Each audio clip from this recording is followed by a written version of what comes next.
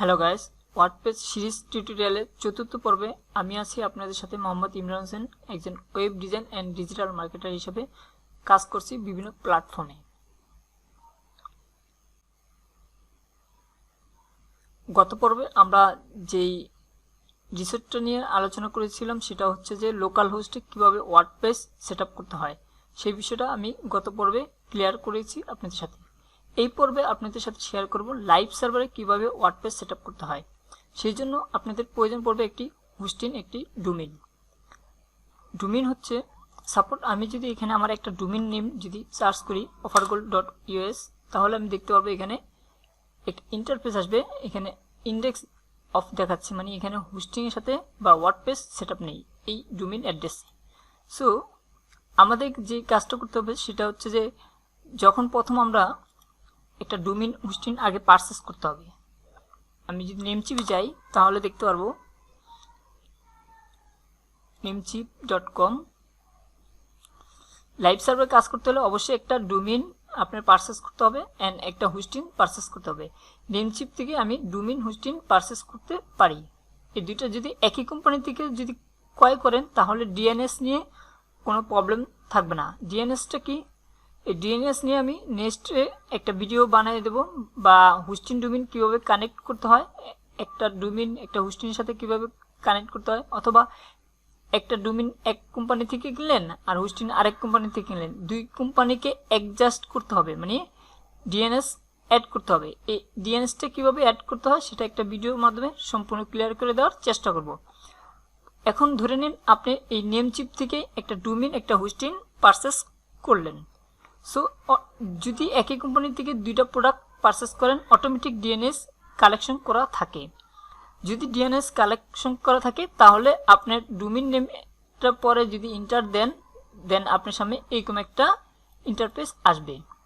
So আমরা আপাতত অন্য বিষয় নিয়ে না আলোচনা করি, আমরা নেক্সট বিষয়গুলো বা নেক্সট লেসনগুলোতে ডোমেইন হোস্টিং বিষয় নিয়ে আমরা কাজ করব এবং ওইখানে আমরা এই বিষয়গুলো ডিটেলস জানবো। সো যখন আমি ডোমেইন হোস্টিং নেমচিপ থেকে পারচেজ করছি, নেমচিপ আমাকে একটা সিপ্যানেল নামের অ্যাক্সেস দিয়েছে। এখানে সিপ্যানেলের একটা লগইন ইউজার নেম এবং পাসওয়ার্ড তারা আমাকে প্রোভাইড করছে আমার মেলে। দেন ওই পাসওয়ার্ড অ্যান্ড ইউজার নেম দিয়ে আমি সিপ্যানেলটা ওপেন করছি। ওপেন করার পরে এইরকম একটা ইন্টারফেস আপনাদের সামনে চলে আসবে। সিপ্যানেলে পেড মানে লাইভ সার্ভার যদি কাজ করেন এইরকম একটা প্যানেল সিপ্যানেল আপনি পাবেন, যেটা আপনার ডোমেইন হোস্টিং কোম্পানি প্রোভাইড করবে। দেন এইখানে আসার পরে সিপ্যানেলে আপনার এই ফাইল ম্যানেজার যে ফোল্ডারটা আছে এই ফোল্ডারটা ক্লিক করলে আপনার সামনে এরকম একটা ফাইল ওপেন হবে। এখানে আমার যেহেতু অনেকগুলো ডোমেইন বা পারচেজ আছে ক্রয় করা, দেন এখানে অনেক ফাইল আছে। সো এখানে দেখেন পাবলিক এসটিএমএল আন্ডারে আমার যেই একটা এখানে বললাম যে offergold.us এই ফোল্ডারটা কিন্তু এই যে এখানে দেখেন এই ফোল্ডারটা এখানে আছে, এখানে একটা ফোল্ডার আকারে আছে। এখানে বিভিন্ন ওয়েবসাইট আছে, আমার বিভিন্ন ওয়েবসাইটে বিভিন্ন ফোল্ডার করা। সো এই ফোল্ডারের ভিতরে আমার কি আছে? এই ফোল্ডারের ভিতরে আমার কিছুই নেই। আপ এক লেভেল যাই, আবার দেখেন এই অফার গোল্ড একটা ফোল্ডার আমার, মানে এটা একটা আমার ডোমেইন। এই ডোমেইনের ফোল্ডারের ভিতরে আমার ডাটাবেস মানে যে ওয়েবসাইটে যে ডাটাগুলো সেটা কিছুই নেই, ডিরেক্টরি পুরো ফাঁকা। সো আমি এখানে কি করব জানেন? আমি এখানে আমার ওয়ার্ডপ্রেসটা সেটআপ দেব। এখন কিন্তু ওয়ার্ডপ্রেসটা পুরো ব্ল্যাঙ্ক, এখানে ওয়ার্ডপ্রেসে কোনো ফাইলই নেই, যার কারণে ডোমেইন অ্যাড্রেসের পরে যদি ইন্টার দিই এরকম একটা ইন্টারফেস আমার সামনে ইন্ট্রো হইব বা ভিউ হচ্ছে। দেন একটু পরে আমরা এই ইন্টারফেসটাই চেঞ্জ হয়ে যাবে। এখানে আমরা আমাদের ওয়ার্ডপ্রেস যে জিপ ফাইলটা আছে সেটাকে আপলোড দেব। এখান থেকে আমরা সিলেক্ট, আমরা ডাউনলোড থেকে এই যে ওয়ার্ডপ্রেস ফাইলটাকে আপলোড করছি আমাদের লাইভ সার্ভারে, মানে হোস্টিং এর সাথে লাইভ সার্ভারে আপলোড দেওয়া হচ্ছে। এখানে আপলোড হচ্ছে, অলরেডি আপলোড হয়ে গেছে। আমরা গো টু ব্যাক। ওকে, এখানে আমাদের ওয়ার্ডপ্রেস ফাইলটা চলে আসছে। এখন এখানে আমাদের জিপ ফাইলটা আছে, এই জিপ ফাইলটাকে আমরা একটু ক্লিক করে এখানে এক্সট্রাক্ট করে নেব, মানে জিপ ফাইলটাকে আনজিপ করে নেব। দেন এই ফোল্ডারে ইয়েস আমার ফাইলগুলো আনজিপ হয়ে যাচ্ছে। এখানে আমার ফোল্ডারটা ওপেন হয়েছে। দেন আমি জিপ ফাইলটা এখান থেকে ডিলিট করে দেবো, মার্ক করে জাস্ট ডিলিট, কারণ জিপ ফাইলটা আমার প্রয়োজন নেই। দেন স্কিপ পুরো ফোল্ড। এখন দেখেন এই ওয়ার্ডপ্রেস একটা ফোল্ডার হয়েছে। এর আগে আমি চলে যাই আবার, এখানে দেখেন আমার পাবলিক HTML ভিতরেই কিন্তু offergold.us এই ফোল্ডারের আন্ডারের ভিতরেই কিন্তু আবার ওয়ার্ডপ্রেস, এবং ওয়ার্ডপ্রেসের ভিতরেই কিন্তু ওয়ার্ডপ্রেসের যত অ্যাক্সেস ফাইলগুলো আছে সেই সম্পূর্ণ ফাইলগুলো এখানে। সো এখান থেকে আমি যদি এই ফাইলগুলোকে সবগুলোকে সিলেক্ট করে যদি মুভ করি, মুভ বলতে কি এক লেভেল আপ, মানে এই ফোল্ডারে নিয়ে আসতে চাচ্ছি। কোন ফোল্ডারে? offergold.us এই ফোল্ডারে আন্ডারে আমি রাখতে চাচ্ছি, ঠিক আছে। সো এখান থেকে আমার পুরো ফাইলগুলোকে আমি সিলেক্ট করে নিলাম। দেন এখান থেকে মুভ, দেন এখান থেকে আমি ওয়ার্ডপ্রেস ফাইলটাকে কেটে দিব। দেন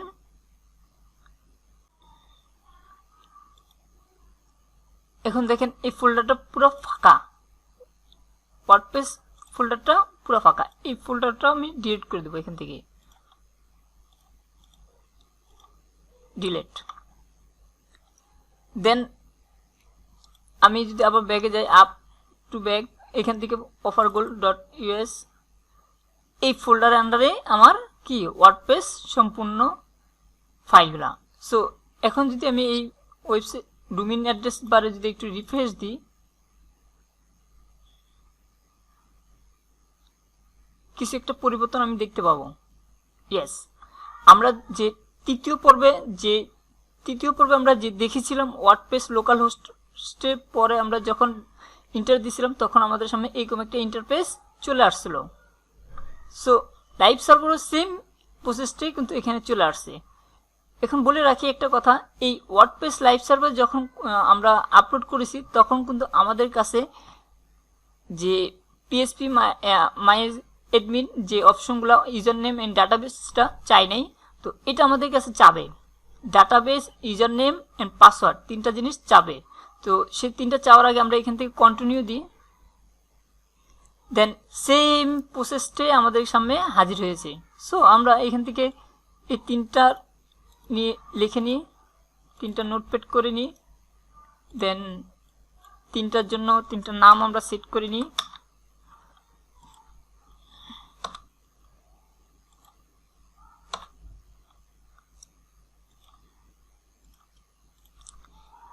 ইমরান 73, এটা হচ্ছে ডাটাবেস ইউজার নেম, এটা হচ্ছে ইউজার নেম 73DD এন্ড এখানে 73. আচ্ছা, এটা ইউজার নেম আমি পাসওয়ার্ড করলাম। এখন আমাদের যা করতে হবে সেটা হচ্ছে যে আমাদের এখানে cPanel আসতে হবে। cPanel এসে PHP মাই অ্যাডমিন, আমরা লোকাল হোস্টে যখন কাজ করেছিলাম তখন আমরা একটা database and user name and password তৈরি করেছিলাম কি PHP মাই অ্যাডমিন অপশন থেকে। সো লাইভ সার্ভার যখন কাজ করব তখন আমরা MySQL এন্ড ডাটাবেস এই অপশন থেকে এই database and user name create করব। দেন এখানে আমি ক্লিক করলে এইখানে চলে আসবো। আমি এখানে আসলে এখানে আমার একটা নেম দিতে হবে। এখানে দেখেন ক্রিয়েট নিউ ডাটাবেস। সো ডাটাবেসের নেমটা আমি এখানে দিয়ে নিচ্ছি। দেন কপি,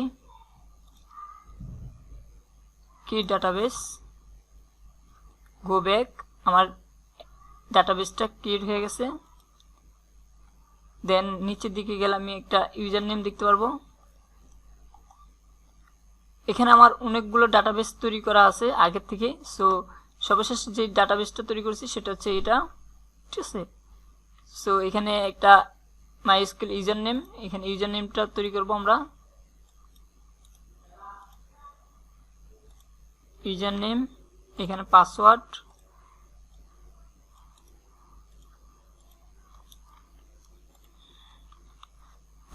তৈরি করে ফেলছি। দেন ক্রিয়েট ইউজার নেম, সাকসেসফুল ভাবে আমরা ইউজার নেমও তৈরি করে ফেলছি। গো টু নিচে আসবো, এখানে আমরা আমাদের সর্বশেষ কারেন্ট ইউজার নেমটাও দেখতে পারবো। ডাটাবেস অ্যান্ড ইউজার নেম দুইটাই কানেক্ট দেখতে পারবো। দেন এখানে দেখেন যে add user database and user name and database এই দুইটাকে কানেক্ট করে দিতে হবে। এখানে একাধিক যদি ডাটাবেস থাকে তাহলে একাধিক ডাটাবেস আপনার সামনে শো হবে। সো কোন ডাটাবেসের সাথে কে কোন ইউজার থাকবে সেটাকে কানেক্ট করে দিতে হবে, আমাদের এখানে অ্যাড করে দিতে হবে। সো এখানে যদি অ্যাড ক্লিক করি তাহলে আমরা দেখতে পারবো যে এখানে একটা সম্পূর্ণ ইউজার নেমের সাথে কানেক্ট করার অপশন আছে। সো এগুলোকে আমি দিয়ে জাস্ট ম্যানেজ চেঞ্জ দিব, তাহলে তারা এই ইউজার নেম অ্যান্ড ডাটাবেস একসাথে কাজ করবে। সো ম্যানেজ চেঞ্জ সাকসেসফুলভাবে আমরা এটাও অ্যাড করতে পেরেছি। Go back. এখন আমরা ওয়ার্ডপেজের একটা কাজ করতে হবে, সেটা হচ্ছে যে দেন গো, এখানে আমাদের ডাটাবেস অ্যান্ড ইউজার নেম এগুলো আবার সেম বসাতে হবে। ইউজার নেম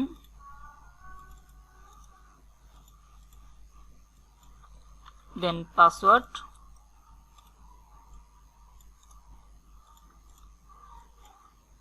দেন লোকাল যা আছে তাই থাকবে, just submit.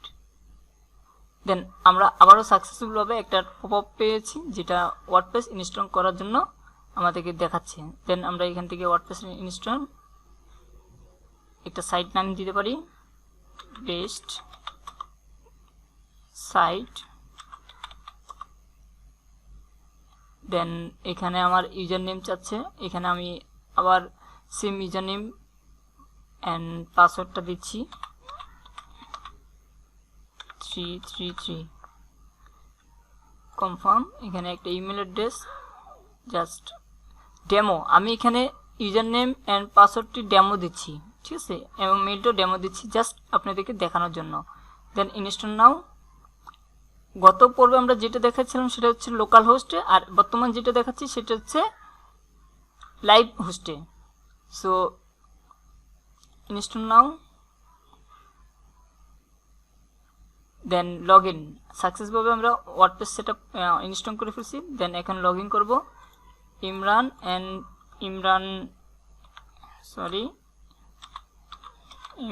7373। Then log in. সাকসেসফুলভাবে আমরা ওয়ার্ডপ্রেস সেটআপ করতে পেরেছি লাইভ হোস্টে। লাইভ হোস্টের অ্যাড্রেসটা হচ্ছে এখন ওয়েবসাইট, আমার যে ইন্টারফেসটা দেখতে পাচ্ছেন এটা হচ্ছে ডোমেইনের আন্ডারে। আমি যদি এই অ্যাড্রেস বারে যদি ক্লিক করি তাহলে এইরকম একটা ওয়েবসাইট আমি দেখতে পারবো, ঠিক আছে। আশা করি live host and local host দুই প্ল্যাটফর্মে কীভাবে ওয়ার্ডপ্রেস সেটআপ করতে হয় এই বিষয়ে আপনারা সবাই ইতিপূর্বে শিখে গেছেন। আমরা পরবর্তী পর্বে কীভাবে ওয়ার্ডপ্রেসের ভিতরে আমরা থিম আপলোড করব এবং ওয়ার্ডপ্রেসের ড্যাশবোর্ড সম্পর্কে আমরা জানবো। আস্তে আস্তে আমরা এই ওয়ার্ডপ্রেস সিরিজ টিউটোরিয়ালে বেসিক থেকে অ্যাডভান্স লেভেল পর্যন্ত চলে যাব। সেই জন্য সাথে থাকার জন্য আপনাদের সাপোর্ট অনেকটাই গুরুত্বপূর্ণ। আর আমার এই চ্যানেলে যদি আপনারা নতুন হয়ে থাকেন অবশ্যই এই চ্যানেলে সাবস্ক্রাইব করে সাপোর্ট করবেন এবং আপনার বন্ধুদের সাথে শেয়ার করবেন, তাদেরও উপকার আসতে পারে এই ভিডিও টিউটোরিয়ালটা অথবা এই সিরিজের ভিডিওগুলো। আশা করি সবাই ভালো থাকবেন এবং সুস্থ থাকবেন। আল্লাহ হাফেজ।